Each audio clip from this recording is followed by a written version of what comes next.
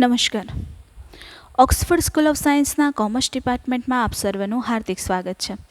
આપણે ધોરણ 11 કોમર્સની અંદર એસપીસીસી વિષયમાં ચેપ્ટર નંબર 3 એટલે કે કંપનીની સ્થાપના વિધિ એ ચેપ્ટર વિશે અભ્યાસ કરી રહ્યા છીએ. તો હવે આપણે એના અંતિમ તબક્કામાં પહોંચી ગયા છે. અત્યાર સુધી આપણે જોયું કે ભાઈ કંપની કોને કહેવાય, કંપનીના પ્રકારોની ચર્ચાઓ કરી, કંપનીના કેવા કેવા પ્રકારો હોય છે એ વિશેની ચર્ચા કરી, કંપનીનું કાર્ય શું છે એની પણ આપણે ચર્ચા કરી. જનરલ આપણે અત્યારે તો તમારે ભણવામાં નથી આવતું, પરંતુ ધોરણ 12નો એક પાયો જે છે એ મેં તમને કીધું છે કે ભાઈ શેર આને કહેવાય, શેર જે છે એ આ રીતે બહાર પડે છે, શેરની ફેરબદલી આ રીતે થાય છે. આપણે લાસ્ટ લેક્ચરમાં જોયું કે ભાઈ શેરની ફેરબદલી કેવી રીતે કરવામાં આવે છે. તો એમાં એક ફરજિયાત ફેરબદલી અને બીજું છે કાયદાકીય હસ્તાંતરણ. તો આ બંને વિશે આપણે જોયું કે એક ફરજિયાત ફેરબદલી, બીજી મરજિયાત ફેરબદલી. તો આના વિશે અભ્યાસ કરી ગયા છીએ. કંપની એટલે શું? તો કે કંપની ધારા મુજબ 2013નો જે કંપની ધારો નવો આવેલો છે એના મુજબ જે કોઈ કંપની સ્થપાયેલી હોય એને આપણે શું કહીએ છીએ? કંપની કહીએ છીએ. અથવા તો એની પહેલાંની પણ જે કોઈ કંપની છે જે ધારાધોરણ મુજબ સ્થપાયેલી છે એને આપણે કંપની એવું કહીએ છીએ. તો કંપની વિશે આપણે અભ્યાસ કર્યો. ત્યાર પછી મિત્રો આપણે એ પણ જોયું છે કે કંપની જે છે એની સ્થાપના કરવા માટે શેની જરૂર પડે. તો પહેલાં તો કંપની શું છે સમજવું જરૂરી બને.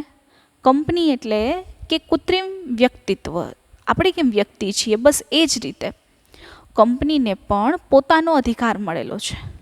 કંપનીને કૃત્રિમ વ્યક્તિત્વ આપવામાં આવ્યું છે. એ કાયદેસરનો વ્યક્તિ કહેવાય છે. હા, માણસને ભૂખ લાગે છે, માણસ માંદો પડે છે, બસ એ જ રીતે એને એવી કોઈ અસર થતી નથી. એટલે કે કોઈ મૃત્યુ પામે, કોઈ નિવૃત્તિ પામે, કારણ કે એને ઇમોશન નથી, લાગણી નથી.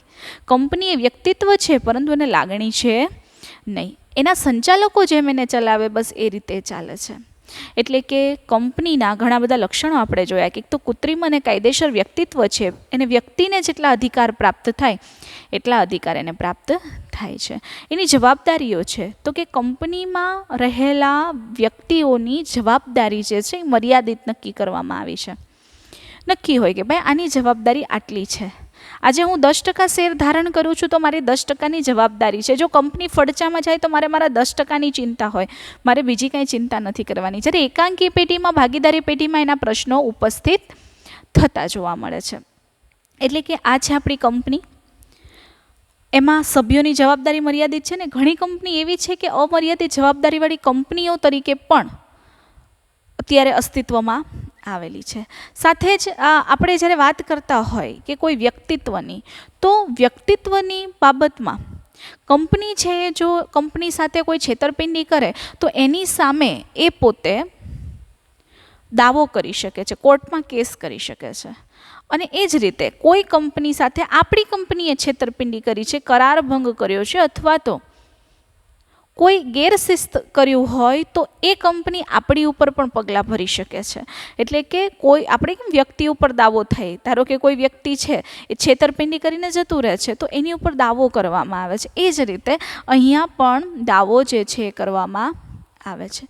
બીજી વાત, તમને ખ્યાલ હોય તો ઘણા દિવસથી, અત્યારે તો જો કે ભૂલાઈ ગયું છે, પરંતુ ઘણા દિવસથી એક સમાચારો તમે 6 મહિના પહેલાં કોરોના આવ્યો એની પહેલાંના તમે સમાચાર જોયા હશે કે ભાઈ વિજય માલ્યા જે છે કિંગફિશરના માલિક, એ આટલા રૂપિયા લઈ અને છેતરપિંડી કરી અને જતા રહ્યા છે. એણે 9,000 કરોડની લોન જે છે એ બેંકમાંથી લીધી, ભરી નહીં, અને ભરવાનો વારો આવ્યો ત્યારે એ વિદેશ જતા રહ્યા. કારણ કે આપણા વિદેશી નીતિઓ એવી છે કે જેના અંતર્ગત આપણે અમુક કાયદાના રૂએ એની તરત ધરપકડ નથી થઈ શકતી. જો આપણા દેશમાં હોય તો આપણે એની ધરપકડ થઈ શકે, પણ જ્યાં સુધી વિદેશ એનું પ્રત્યારોપણ ન કરે. પ્રત્યાર્પણ એટલે શું? તો કે એને ત્યાંથી પકડી અને આપણા સુધી અહીંયા ન મોકલાવે ત્યાં સુધી આપણે એની ઉપર કોઈ કાર્યવાહી કરી શકીએ નહીં. એટલે એણે 9,000 કરોડથી ઉપરની લોન લીધી. લોન ભરવાનો વારો આવ્યો એટલે એ દેશ મૂકીને જતા રહ્યા. તો એ વખતે એણે કંપની સાથે છેતરપિંડી કરી એવું કહેવાય. નીરવ મોદી તમે સાંભળ્યું હોય, ચોકસી બંધુ કરીને હતા. પછી ઘણા બધા બેંકના કે એના ઘણા બધા કૌભાંડો નીકળતા હોય છે. તો એ કંપની છે, કંપની છે એ વ્યક્તિ છે, કંપનીને શું કીધું છે? વ્યક્તિ કીધું છે. વિજય માલ્યા જો વ્યક્તિ હોય અને વિજય માલ્યા જે છે એ જ્યારે દેશની બહાર આવી રીતે પોતાના જે રૂપિયા છે અથવા બેંકના જે રૂપિયા લેવાના હતા લીધા વગરે જતા રહે છે, તો આપણે એની ઉપર કેસ કરીએ. એ જ રીતે પીએનબી કંપની છે, પંજાબ નેશનલ બેંક, તો કે એ જ્યારે ફડચામાં જાય અને લોકોના રૂપિયા એને ચાઉ કરી લીધા હોય તો એના ઉપર પણ ફોજદારી બની શકે છે. ફોજદારી એટલે ફરિયાદ કરી શકો છો તમે. તો આ જે વસ્તુ છે એને શું કહેવાય છે? તો કે આપણે કંપની એક વ્યક્તિત્વ છે, જેમ વ્યક્તિની ઉપર આપણે છેતરપિંડીના કેસ થાય છે, એ જ રીતે કંપનીની ઉપર પણ છેતરપિંડીના, કરારભંગના અથવા તો ગેરશિસ્તના આપણે દાવા કરી શકીએ છીએ. સાથે આપણે એ પણ જોયું કે ભાઈ એનું વ્યાવસાયિક સંચાલન જ્યારે કરવાનું હોય ત્યારે વ્યાવસાયિક સંચાલનની અંદર આપણે એક મેનેજરની નિમણૂક કરવાની હોય છે. મેનેજર છે એ કંપનીને કોઈ પણ આયામ સુધી પહોંચાડી શકે, એક નવા ઊંચાઈ સુધી એને પહોંચાડી શકે છે. તો ખાસ કરીને આપણે એવા મેનેજરની નિમણૂક કરવાની કે જેનાથી આપણા જે મેનેજર છે એ આપણી કંપનીને ઊંચાઈ સુધી લઈ જઈ શકે અથવા એનું વ્યાવસાયિક સંચાલન કરી શકે. ત્યાર પછીનો મુદ્દો આપણે જોઈએ કે ભાઈ નાણાકીય વ્યવસ્થા. શેર અને ડિબેન્ચર દ્વારા આપણે નાણાંઓ મેળવતા હોય છે, ઉછીના મૂડી. અત્યાર સુધી તમે જોયું કે ભાઈ શેર કોને કહેવાય. આજે હું તમને એના વિશે વાત કરું, ડિબેન્ચર કોને કહેવાય. ડિબેન્ચર શબ્દ, ડિબેન્ચર એટલે કે આપણે જ્યારે જાહેર ભરણા દ્વારા લોકો પાસેથી ઉછીની મૂડી મેળવીએ છીએ અને એની બદલામાં એને ઋણ સ્વીકાર કરતો દસ્તાવેજ આપીએ છીએ, જેને આપણે શું કહીએ છીએ? ડિબેન્ચર. હવે શું છે એ તમને કહી દઉં. તમને એના કદાચ બહુ ડિટેલમાં નહીં સમજાય, કારણ કે આખું આનું ચેપ્ટર ધોરણ 12માં તમારે ભણવાનું છે.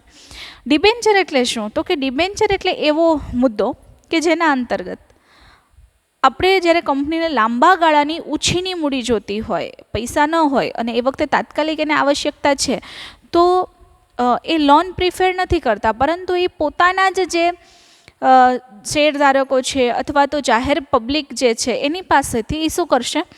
ડિબેન્ચર બહાર પાડશે, ડિબેન્ચર ઇસ્યુ કરશે. ડિબેન્ચર ઇસ્યુ કરશે એટલે એક દસ્તાવેજ આપશે કે ભાઈ મેં ફલાણા ભાઈ પાસેથી આટલા રૂપિયા ઉછીના લીધેલા છે, એનું આ ડિબેન્ચર આપું છું. ડિબેન્ચર એટલે ઋણ પત્રક, ઋણ એટલે દેવું સ્વીકાર કરતો દસ્તાવેજ એટલે ડિબેન્ચર. કોઈ વ્યક્તિ આપણને રૂપિયા આપે, એના બદલામાં આપણે એને એક દસ્તાવેજ આપીએ કે ભાઈ અમે તમારી પાસેથી આટલા રૂપિયા જે છે એ લીધેલા છે ને આટલા સમય માટે, ધારો કે 5 વર્ષ માટે, 10 વર્ષ માટે, 15 વર્ષ માટે સામેવાળા વ્યક્તિને ઇન્વેસ્ટમેન્ટ કરવાનું હોય. હવે અત્યારે એવું છે કે લોકો ડિબેન્ચરમાં રોકાણ એટલા માટે કરે છે કે પહેલાં એવું હતું કે વ્યાજે રૂપિયા આપતા તો આપણે એનું વ્યાજ દર મહિને મેળવી શકતા, પરંતુ હવે એવા બધા પ્રશ્નો થઈ ગયા છે, ઘણા માણસો પણ એવા થઈ ગયા છે કે વ્યાજે રૂપિયા લીધા પછી દેતા નથી, એટલે આપણા રૂપિયાની કોઈ સિક્યોરિટી હોતી નથી. એની જગ્યાએ કંપની છે ને એ સિક્યોર છે. 5 વર્ષના, 10 વર્ષના કે 15 વર્ષના લાંબા સમયગાળા માટે આપણે એને જ્યારે વ્યાજે આપીએ છીએ ત્યારે આપણા રૂપિયા જે છે ને એ એની પાસે સેફ રહે છે, કારણ કે કંપની છે. કંપની ક્યાંય મૂકીને જવા નથી, માણસ છે ગામ મૂકીને જતો રહે. એટલે ડિબેન્ચર એટલે કે આપણે જે ઉછીની મૂડી લીધી છે એ ઉછીની મૂડીનો દેવું સ્વીકાર કરતો દસ્તાવેજ અને ડિબેન્ચર કહેવાય. શેર જે છે ને એની ઉપર ડિવિડન્ડ આપવામાં આવે, જ્યારે ડિબેન્ચર છે ને એની ઉપર શું આપવામાં આવે છે? વ્યાજ આપવામાં આવે છે. કેવી રીતે? તો કે જ્યારે આ ડિબેન્ચર, આપણે અત્યારે જે વાત કરીએ ને કે ભાઈ આપણે નાણાકીય જે કાંઈ ઉપલબ્ધિ, જ્યારે આપણે ક્યારેય પણ કંપની સ્ટાર્ટ કરીએ છીએ તો આપણે નાણાંની વ્યવસ્થા કરવી પડે. તો નાણાકીય વ્યવસ્થા કેવી રીતે થાય? તો કે કાં શેર બહાર પડાય અને કાં ડિબેન્ચર બહાર પડાય. તો એ જ રીતે ડિબેન્ચર જ્યારે બહાર પડાય છે ત્યારે ઉછીની મૂડી લેવાય છે અને આપણે એને આપીએ છીએ. પછી એને નક્કી કર્યું 3 મહિને અમે તમને આટલું વ્યાજ આપશું, 6 મહિને આટલું વ્યાજ આપશું, 12 મહિને વ્યાજ આપશું. એના વ્યાજના દર નક્કી થાય છે. જ્યારે કંપની બંધ થાય ત્યારે સૌથી પહેલો આને રૂપિયા મેળવવાનો અધિકાર પ્રાપ્ત થાય છે. કંપની ધારાની જોગવાઈ મુજબ ડિબેન્ચર હોલ્ડર એટલે કે આપણા લેણદારોને સૌથી પહેલાં રૂપિયા ચૂકવવા પડે છે. આપણે શું કરવાનું છે? તો કે ડિબેન્ચર હોલ્ડર્સ જે છે એને આપણે શું કરવાનું છે? તો કે સૌથી પહેલાં રૂપિયા ચૂકવવાના છે.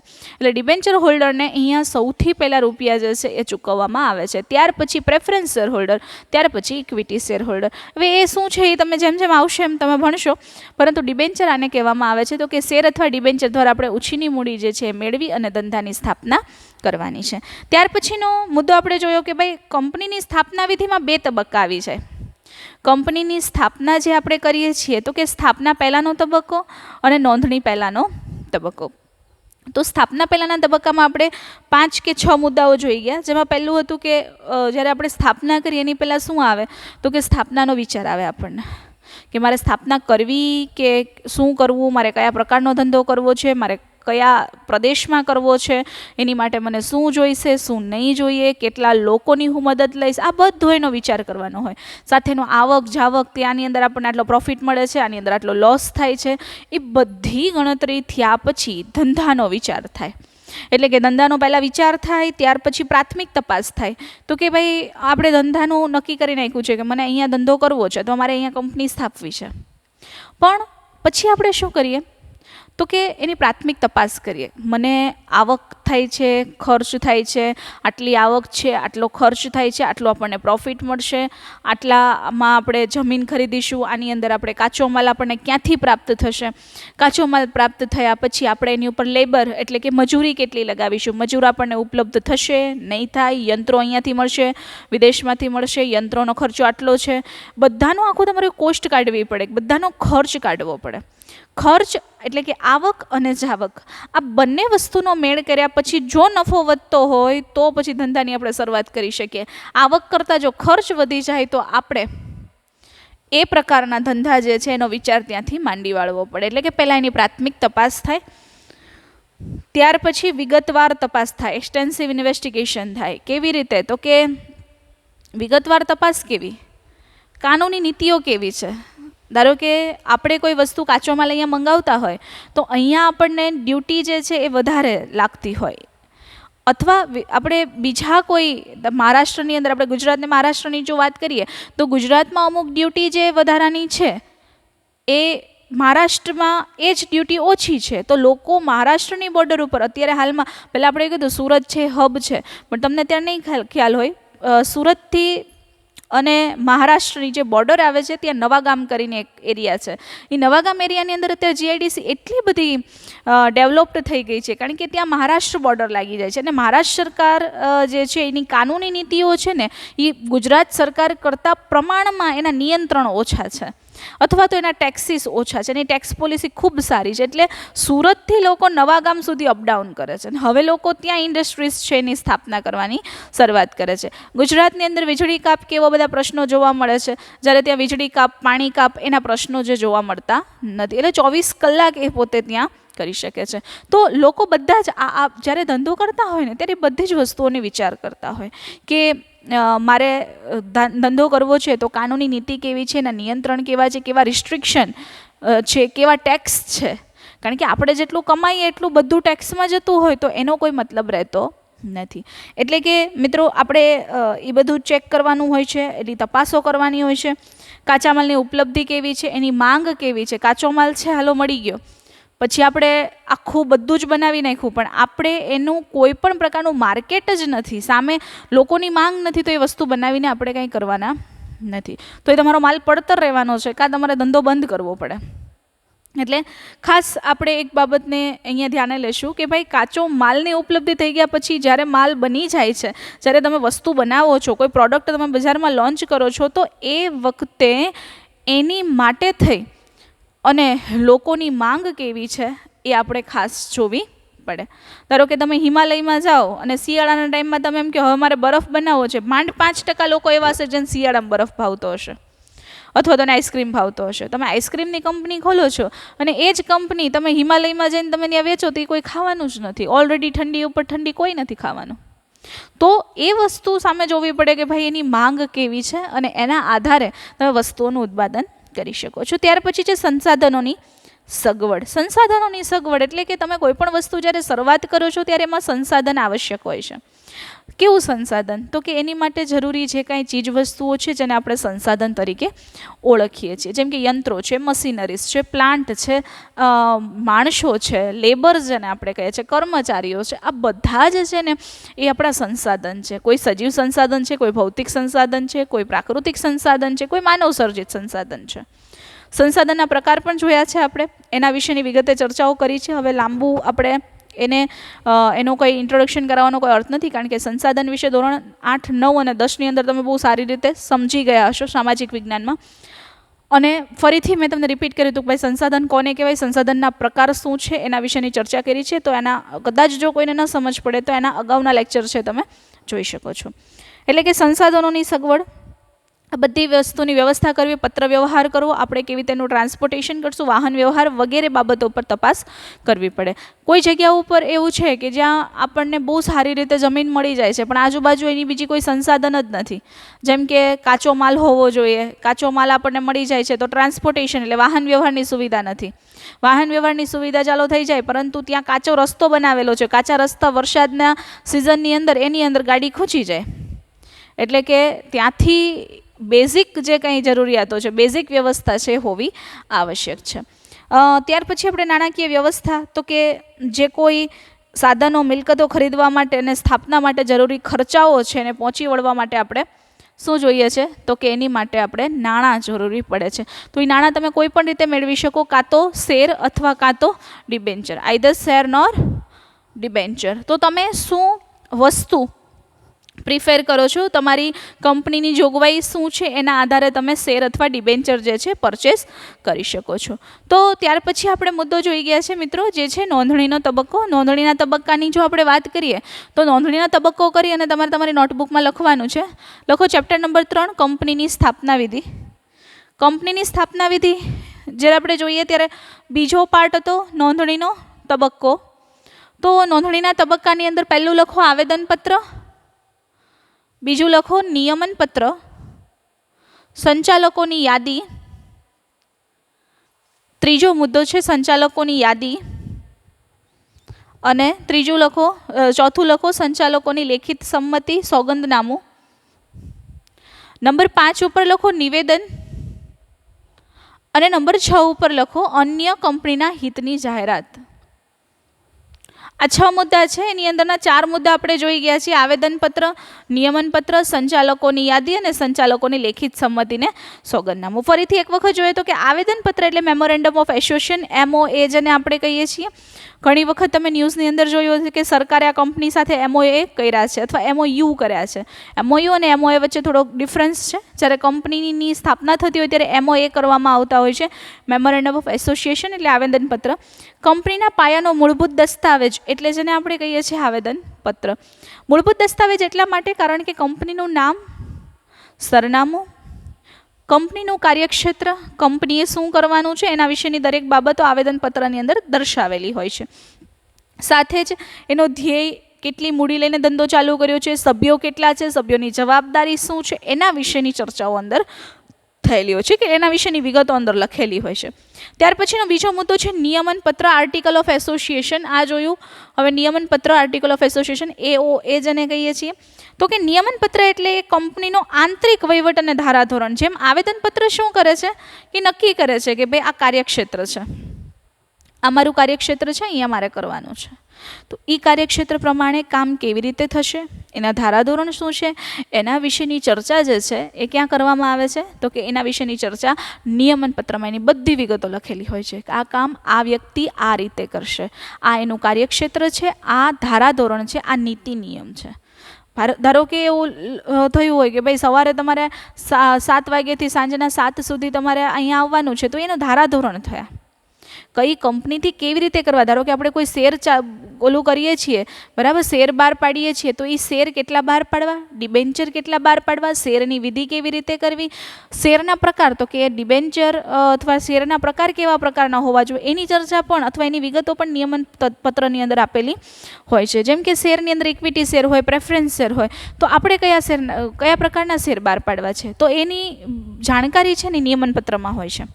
જ્યારે કોઈ પ્રશ્ન કંપનીની અંદર ચાલુ કંપની આવતો હોય ત્યારે નિયમન પત્ર છે એમાંથી માર્ગદર્શન પૂરું પાડે. આપણને ખ્યાલ છે એમ કે આપણે ધોરણ 10માં અને 9ની અંદર સામાજિક વિજ્ઞાનમાં તમે જોઈ ગયા છો કે ભારત દેશ આઝાદ થયો ને પછી ભારતનું કોન્સ્ટિટ્યુશન બનાવવામાં આવ્યું. કોન્સ્ટિટ્યુશન એટલે કે બંધારણ બનાવવામાં આવ્યું. કોઈ પણ બાબતે જ્યારે દેશની અંદર કોઈ બાબતો ઊભી થઈ હોય ત્યારે બંધારણની અંદર એની ક્યાંક ને ક્યાંક આપણને એમાંથી નીકળવાનો માર્ગ મળી જાય. બંધારણમાંથી કે ભાઈ આપણે આ કરવું જોઈએ, આમાં સુધારો લાવવો જોઈએ, અથવા તો સમયાંતરે ઘણા બધા સુધારાઓ આવ્યા, આમુખમાં સુધારાઓ થયા, આમુખમાં 3 શબ્દો જે છે ઉમેરવામાં આવ્યા. તો એ જ રીતે જ્યારે કંપની હોય છે તો કંપનીની અંદર પણ એના ધારાધોરણ નીતિ નિયમ નક્કી કરવા માટે નિયમન પત્ર હોય છે. તો આ નિયમન પત્ર જે છે એ શા માટે આપવામાં આવે? તો કે નિયમન પત્ર એટલા માટે આપવામાં આવેલું હોય છે કે જ્યારે કંપનીમાં કોઈ ધારાધોરણ કે નીતિ નિયમોની વાતચીત થતી હોય ત્યારે નિયમન પત્રમાંથી વાંચી અને એમાંથી તમે કોઈ રસ્તો છે એ કાઢી શકો. એટલે નિયમન પત્ર જે છે એનું કામ ધારાધોરણ ને નીતિ નિયમ ઘડવાનું છે. ત્યાર પછીનો ત્રીજા મુદ્દાની વાત કરીએ તો કે સંચાલકોની યાદી. સંચાલકો કેટલા છે એની યાદી, કંપનીનો પ્રકાર કયો છે એના ઉપરથી સંચાલકોની સંખ્યા નક્કી થાય છે, અને સંચાલકોની યાદી જે છે એમાં ઓછામાં ઓછી એક મહિલા સંચાલક જે છે હોવી જોઈએ. સંચાલકની ઉંમર શું છે, સંચાલકનો ધંધો શું છે, ક્યાં રહે છે, એનું નામ શું છે, એનું એડ્રેસ, એની રાષ્ટ્રીયતા વગેરે બાબતો દર્શાવવાની, અને દરેક સંચાલકો જે છે એમાંની ઓછામાં ઓછી એક મહિલા સંચાલક, એટલે કે બધા સંચાલકોની યાદીની અંદર એક મહિલા સંચાલક છે હોવી અનિવાર્ય છે. ત્યાર પછી છે સંચાલકોની લેખિત સંમતિ અને સોગંદનામું. સંચાલકોની યાદી બન્યા પછી સંચાલકોની લેખિત સંમતિ લેવી આવશ્યક બને છે, જેમાં રજિસ્ટ્રાર સમક્ષ સંચાલકે એવું અથવા ભરણું ભરનાર વ્યક્તિ અથવા તો સંચાલકે એવું ડિક્લેરેશન આપવાનું હોય છે અથવા તો લેખિત સંમતિ આપવાની હોય છે કે હું કોઈપણ જાતના દાબ દબાણ વગર હું સંપૂર્ણ હોશો હવાશની અંદર અહીંયા સંચાલક બનવા માટે હું મારી લેખિત સંમતિ આપું છું, અથવા તો હું સંચાલક બનું છું જેમાં મને કોઈ વાંધો નથી. તો એની બાબત જે છે એની તમારે એમાં ચર્ચા કરવાની હોય છે અથવા તો એનું લેખિત સંમતિ આપવાની હોય છે, અને સાથે એનું સોગંદનામું કે ભાઈ હું કોઈપણ જાતની મારા ઉપર કોઈપણ પ્રકારનો ગુનો દાખલ થયો નથી, અત્યાર સુધી હું છેતરપિંડી કે વિશ્વાસઘાતના કોઈપણ કેસની અંદર હું ગુનેગાર ઠરેલ નથી, સાથે કોઈપણ ગુના માટે ગુનેગાર નથી, છેતરપિંડી ગેરરીતિ માટે પણ હું ગુનેગાર ઠરેલ નથી, અને રજિસ્ટ્રાર સમક્ષ મેં જે કોઈ બાબતોની નોંધણી કરી છે જેમ કે મારો ધંધો, મારી રાષ્ટ્રીયતા, મારી આવક, મારી ઉંમર, આ બધું જ સાચું છે સંપૂર્ણ રીતે, એવું ડિક્લેરેશન જે છે એને આપવાનું હોય છે, એટલે કે એને લેખિતમાં સંમતિ આપવાની હોય છે.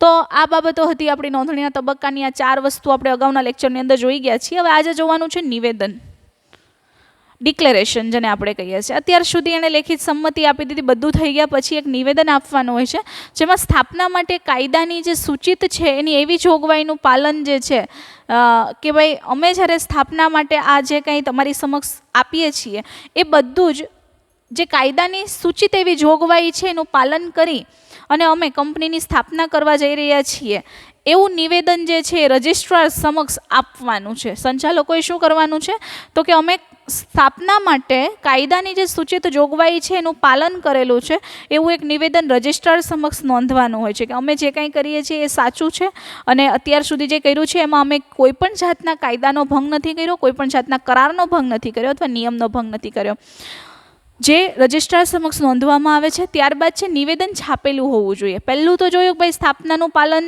કાયદાની જોગવાઈ પ્રમાણે થયું છે અને રજિસ્ટ્રાર સમક્ષ એની નોંધણી થઈ જાય પછી નિવેદન છાપેલું હોવું જોઈએ, તમે લખેલું ન હોવું જોઈએ. નિવેદન હંમેશા ડિક્લેરેશન જે હોય એ છાપેલું હોય છે, ટાઈપ કરેલું હોય છે.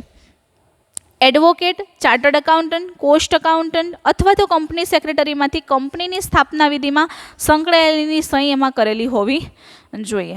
એટલે કે સંચાલકોની સહી તો હોય જ છે, પણ આ નિવેદન જ્યારે જાહેર કરે છે ત્યારે એડવોકેટ એટલે કે આપણો જે વકીલ છે એ જે નોટરીને એવું બધું કરાવતો હોય, પછી ચાર્ટર્ડ એકાઉન્ટન્ટ અને આપણો કોસ્ટ એકાઉન્ટન્ટ એ જે છે એ બંને સાથે કંપની સેક્રેટરીમાંથી કંપનીની સ્થાપના વિધિમાં જે વ્યક્તિ સંકળાયેલો છે, કદાચ ચાર્ટર્ડ આપણો સીએ જો એમાં સંકળાયેલો હોય તો સીએની સહી, કોસ્ટ એકાઉન્ટન્ટ હોય તો કોસ્ટ એકાઉન્ટન્ટની સહી, એડવોકેટ હોય તો એડવોકેટની સહી, અથવા તો આપણો કંપનીનો સેક્રેટરી જો એની નિમણૂક થઈ ગઈ હોય તો કંપનીના સેક્રેટરી જે કંપનીની સ્થાપના વિધિમાં જે વ્યક્તિ હાજર છે એની સહી જે છે એની અંદર કરેલી હોવી જોઈએ. આ નિવેદનમાં કોની સહી તો કે આ 4માંથી કોઈ પણ એકની સિગ્નેચર જે છે હોવી જોઈએ. ત્યાર પછી છે કંપનીના નિયમન પત્રમાં સંચાલક, મેનેજર કે સેક્રેટરી તરીકે નામ અને એની સહી જે છે એમાં કરવામાં આવે છે. કંપનીના નિયમન પત્રમાં સંચાલક, મેનેજર અને સેક્રેટરી તરીકેના નામ, એની સહી જે છે એ પણ કરવી પડે છે. એટલે કે જેનું નામ હોય એને સહી કરવાની છે. તો આ છે નિવેદન. ચલો લખી નાખો તમારા નોટબુકની અંદર નિવેદન વિશે કે કંપનીની સ્થાપના માટે કાયદાની સૂચિત એવી જોગવાઈનું પાલન થયેલ છે, જેનું નિવેદન રજિસ્ટ્રાર સમક્ષ આપવું પડે છે. રજિસ્ટ્રાર સમક્ષ આપેલું નિવેદન છાપેલું હોવું જોઈએ. રજિસ્ટ્રાર સમક્ષ આપેલું નિવેદન છાપેલું હોવું જોઈએ. ત્યાર પછીનો મુદ્દો લખો. એડવોકેટ, ચાર્ટર્ડ અકાઉન્ટન્ટ, CA કાઉન્સમાં લખજો CA, chartered accountant, cost accountant અથવા કંપની સેક્રેટરીમાંથી કંપનીની સ્થાપના વિધિમાં સંકળાયેલાની સહી કરેલી હોવી જોઈએ.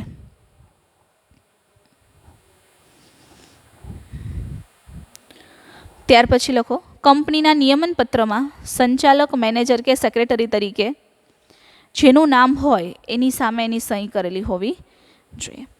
ત્યાર પછીનો મુદ્દો છે અન્ય કંપનીના હિતની જાહેરાત. અન્ય કંપનીના હિતની જાહેરાત કેવી રીતે?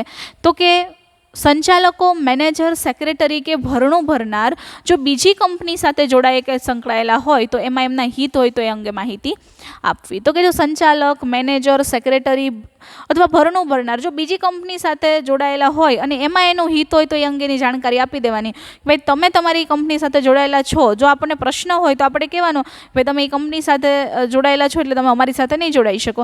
અથવા તો જો એમાં એનું હિત દેખાતું હોય તો આપણે એ અંગેની માહિતી એને આપવી પડે. એટલે છેલ્લે એક જાહેરાત આપવાની છે કે ભાઈ અન્ય કંપનીના હિત અંગેની જાહેરાત આપણી આપવાની છે કે ભાઈ જે લોકો આપણી સાથે સંકળાયેલા છે એનું નામ સાથે જાહેર કરી દેવાનું, એટલે બીજી કંપનીને પણ ખ્યાલ આવે કે આ વ્યક્તિ આની સાથે જોડાયેલા છે. એટલે કે અન્ય કંપનીના હિતની જાહેરાત કરવાની. અને ત્યાર પછીનો મુદ્દો જે છે કે આ તો અત્યાર સુધી આપણે શું જોયું તો કે નોંધણી પહેલાંનો તબક્કો. હવે આવે છે નોંધણી થઈ જાય. હવે આ કરીએ એટલે નોંધણી થઈ જાય. નોંધણીનું પ્રમાણપત્ર કેવી રીતે મેળવાય? તો કે નોંધણીનું પ્રમાણપત્ર મેળવવા માટે થઈ અને શું કરવાનું છે એની પહેલાં તમે આટલું લખી લો કે અન્ય કંપનીના હિતની જાહેરાત. એ મુદ્દો પૂરો થાય એટલે હું તમને ખાલી નોંધણીનું પ્રમાણપત્ર સમજાવી દઉં. અન્ય કંપનીના હિતની જાહેરાત કે સંચાલકો, મેનેજરો, સેક્રેટરી કે ભરણું ભરનાર જો બીજી કંપની સાથે જોડાયેલા કે સંકળાયેલા હોય તો તેમાં એમના હિત હોય તો એ અંગેની માહિતી આપવી જોઈએ. બસ આટલી જ બાબત લખવાની છે. હવે આપણે જોઈએ નોંધણીનું પ્રમાણપત્ર. નોંધણીનું પ્રમાણપત્ર એટલે કે તમે આટલી બાબત એટલે કે પહેલાં તમે આવેદનપત્ર ત્યાં આપ્યું, નિયમનપત્ર આપ્યું, સંચાલકોની યાદી આવી, સંચાલકોની લેખિત સંમતિને સોગંદનામું આપ્યું, નિવેદન આપ્યું અને અન્ય કંપનીના હિતની જાહેરાત આપી. પછી આ બધું થયા પછી જ્યારે તમે કંપનીની શરૂઆત કરો છો ત્યારે કંપની અંગેની ફીસ ભરવાની હોય છે. એટલે ફી જરૂરી જે કાંઈ ફી નક્કી કરી હોય કંપનીના ધારાધોરણ મુજબ એ ફી ભરવાની હોય છે. તમે ફી ભરી લો એટલે જો રજિસ્ટ્રાર બધા જ ડોક્યુમેન્ટની ચકાસણી કરે, દરેક પરિપત્રોની ચકાસણી થાય. ચકાસણી સાચી લાગે તો પછી એ કંપનીના રજિસ્ટરમાં તમારા નામની નોંધણી કરે. એ નોંધણી થાય એટલે તમને નોંધણીનું પ્રમાણપત્ર આપે જેમાં તારીખ લખેલી હોય કે ભાઈ ફલાણા ભાઈની કંપની ફલાણી તારીખની અંદર એની સ્થાપના કરવામાં આવી છે. એટલે કે તો તમને નોંધણીનું પ્રમાણપત્ર મળે. પહેલાં શું થાય તો કે આ બધા જ ડોક્યુમેન્ટ છે એની ચકાસણી થાય, આપણે એની સાથે ફી ભરવી પડે અને રજિસ્ટ્રારને જો એમ થાય બધી ચકાસણીમાં દરેક ડોક્યુમેન્ટ ખરા ઉતરે છે તો કંપનીના રજિસ્ટર જે કંઈ હોય છે એની અંદર કંપનીની સ્થાપના નોંધણીનું પ્રમાણપત્ર જે છે તૈયાર કરવામાં આવે. પ્રમાણપત્રની અંદર કઈ તારીખે નોંધણી થઈ છે એ નોંધણીની તારીખ લખેલી હોય છે.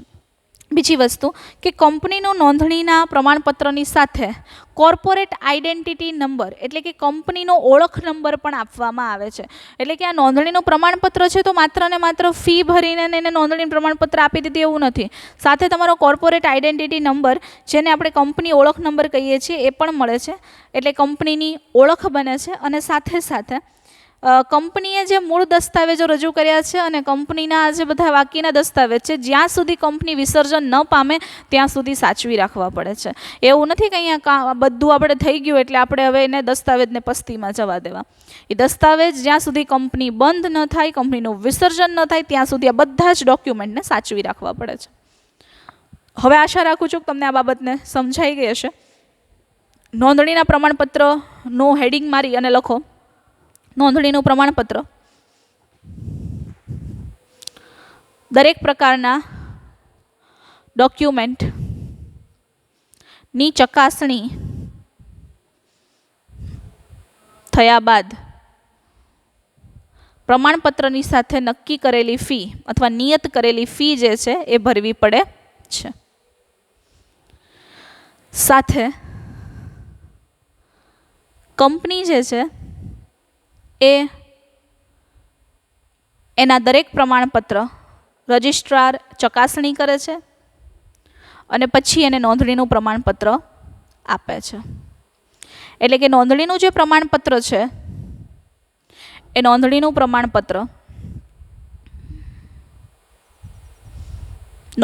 પ્રમાણપત્ર જેમાં જે દિવસે નોંધણી થઈ હોય એની તારીખ નોંધવામાં આવેલી હોય છે. ત્યાર પછી લખો કે કંપની રજિસ્ટ્રાર કંપની નોંધણી પ્રમાણપત્રની સાથે સાથે કંપની રજિસ્ટ્રાર કંપની નોંધણીની જે કાંઈ પ્રમાણપત્ર આપવાની સાથે સાથે કંપની ઓળખ નંબર એટલે કે corporate identity number corporate identity